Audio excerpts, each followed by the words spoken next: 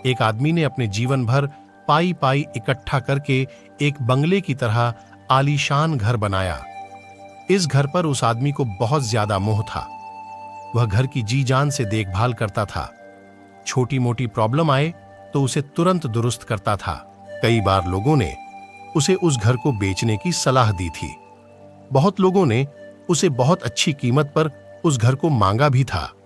उसका खुद का बेटा भी अच्छी कीमत मिलने से उस घर को बेचने के लिए तैयार था, लेकिन वो आदमी कभी भी उस घर को छोड़ने के लिए तैयार नहीं था। उसे जीवन में किसी भी और वस्तु से ज्यादा इस घर पर गर्व था, अभिमान था। एक दिन वो आदमी बाजार गया हुआ था। जब वह बाजार से लौटा तो उसने देखा कि उसके घर के सामने बहुत बड़ी भीड़ जमा है।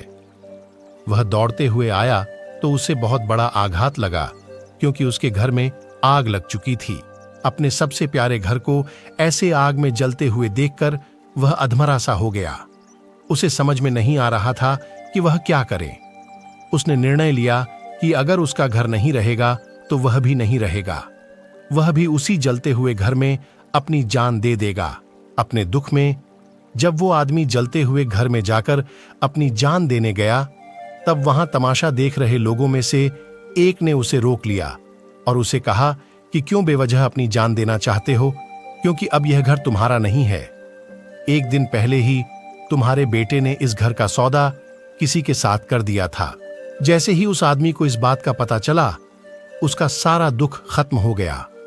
अब वह आदमी भी वहीं बाकी लोगों की तरह खड़े होकर उस घर के जलने का तमाशा देखता रहा।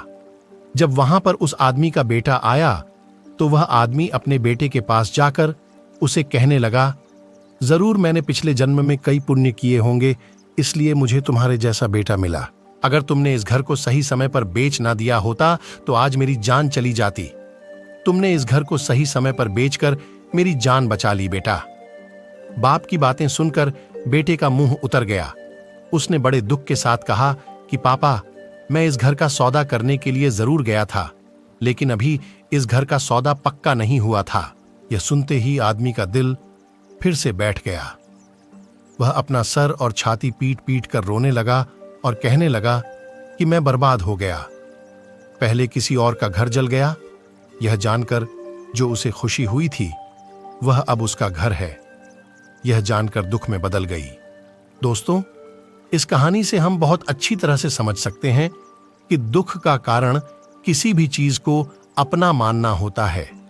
जब कोई चीज अपनी है और वह हमें छोड़कर जाती है तो बहुत दुख होता है, लेकिन अगर वह चीज किसी और की है और उसके साथ कुछ भी हो जाए तो हमें दुख नहीं होता।